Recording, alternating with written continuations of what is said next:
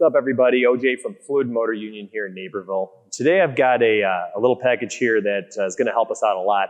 We've got some interesting projects coming up, a few McLarens, and we're going to have some trouble getting into the ECU. That was before we got this tool. And this tool is from our buddies at HDtuning, Magic Motorsports. It's called the Flex. What it's going to allow us to do is to be able to easily break into some of these ECUs, get the information out, and change the parameters that make the power and allow us to have fun. So I'm gonna do a little unboxing here. We're gonna check it out.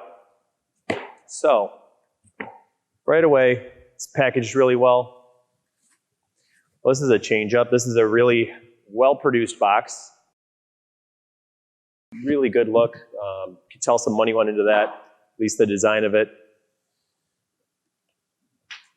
And what this tool is going to allow us to do is to no longer have to crack the ECUs open, literally.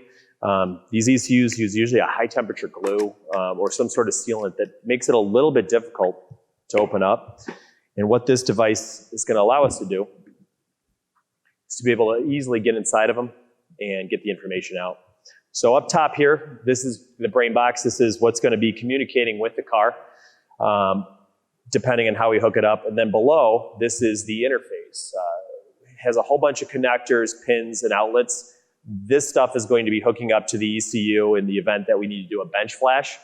The idea is that we can bench flash it without having to crack the ECU. So that's where you put the ECU down, hook up these pins to various locations, and pull the information out of it. So this is a really nice presentation of this.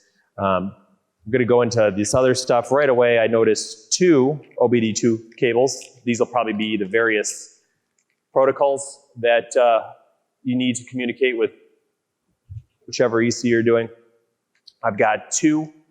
These look like serial cables for the, usually it's for a BDM. We've got 2 serial cables, serial adapters, and these guys hook up to various ECUs if we have to do some sort of alternative flashing. And lastly, this is probably going to be one of the more important things, jumper cables here. And these jumper cables allow us to hook up to the various pins of an ECU going to the interface, and that allows us to pull the information off without having to actually crack this ECU, risk breaking the circuit board or doing damage to the ECU. So that's about it. You'll be seeing this, like I said, coming up in a few other projects, but it should be pretty fun. Thanks a lot, everybody.